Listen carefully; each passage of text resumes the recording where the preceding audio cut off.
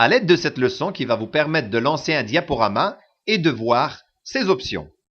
Eh bien, nous allons tout d'abord lancer le diaporama. Comme vous l'avez déjà vu dans une des premières leçons, vous avez l'option ici en bas, où vous avez le petit icône qui vous permet de pouvoir cliquer et ouvrir directement la diapositive sélectionnée.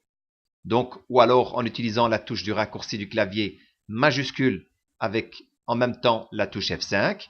Ou alors vous allez dans Affichage, vous avez également Diaporama ou utilisez uniquement la touche F5 et là c'est pour commencer le diaporama dès la première diapositive. Je clique ici. Nous allons nous attarder maintenant sur toutes les petites options ici en bas à gauche.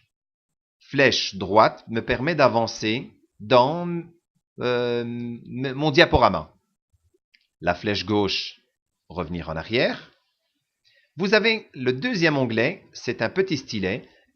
Je prends le tout premier, vous voyez il est déjà en bleu, prédéfini à l'avance. Le deuxième, c'est un feutre en rouge. Et un surligneur, souvent on utilise un jaune. Ce sont des couleurs prédéfinies, néanmoins, rien ne vous empêche d'aller dans couleur d'encre et choisir une autre couleur. Nous allons utiliser simplement ceux qui sont définis par défaut. Imaginons que je voudrais souligner lancer. Je peux comme ça aller utiliser aussi le feutre. Je peux souligner par exemple diaporama. Vous voyez le feutre il est un peu plus épais. Et je vais prendre le dernier, surligneur. Et là je vais surligner les options. Si je veux les effacer séparément, je peux aller prendre ma gomme et aller cliquer sur celle-ci par exemple. Et si je vais les effacer toutes, je peux supprimer toutes les entrées manuscrites sur la diapositive. Si vous ne le faites pas, quand vous allez fermer votre diaporama, il va vous demander si vous désirez les enregistrer, oui ou non.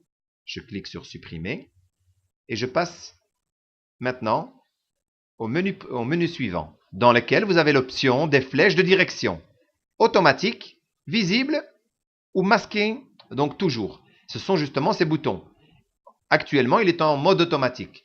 Automatique considère que si j'arrête, je n'utilise plus ma souris pendant un certain temps, les flèches, les petits boutons disparaissent du menu. Vous le remarquez, en bas à gauche, ils n'y sont plus. Si je bouge ma souris, les boutons reviennent.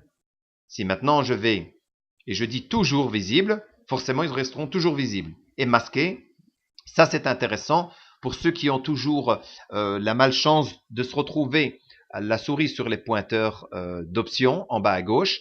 Eh bien, comme ça, vous risquez pas de revenir dans une diapositive précédente si vous ne le désiriez pas. Parce que de temps en temps, on a la souris qui glisse là-bas et puis quand on clique, malheureusement, au lieu d'avancer dans le diaporama, on recule.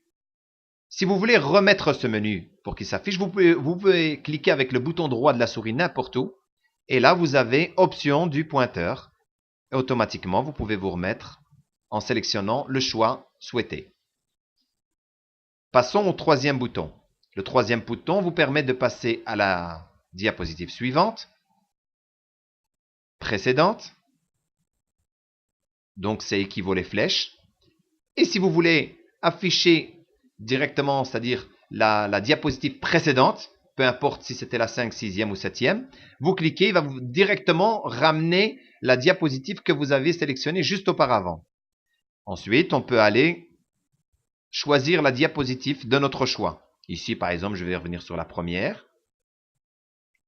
Je clique maintenant. Ici, vous avez l'écran pour mettre un écran noir, un écran blanc, ou commentaire. Par exemple, je vous avais expliqué dans une des premières leçons dans laquelle il y avait le fait de pouvoir rajouter un commentaire à une diapositive, mais ce commentaire ne s'affiche pas lorsque vous lancez le diaporama. Souvenez-vous de cela. Ben, ici, vous pouvez afficher le commentaire pour vous aider à vous souvenir de ce que vous vouliez dire justement pour cette diapositive. Par exemple, ici, c'était expliquer les différentes options d'un diaporama. Je ferme cette fenêtre. Je me replace dans ce petit bouton de menu et je vais maintenant vous montrer ici, on peut basculer entre les programmes. Quand vous avez lancé votre diaporama, vous pouvez cliquer ici et revenir avec votre barre de tâches qui va venir se placer en dessous et choisir dans le menu démarrer un autre programme à ouvrir, une autre application. L'aide va vous permettre de connaître les différents types de raccourcis qui vous permettent d'arriver à différents endroits, comme par exemple mettre fin au diaporama. Vous pouvez utiliser la touche échapper, donc escape du clavier. Voilà. Le dernier point, c'est mettre fin au diaporama.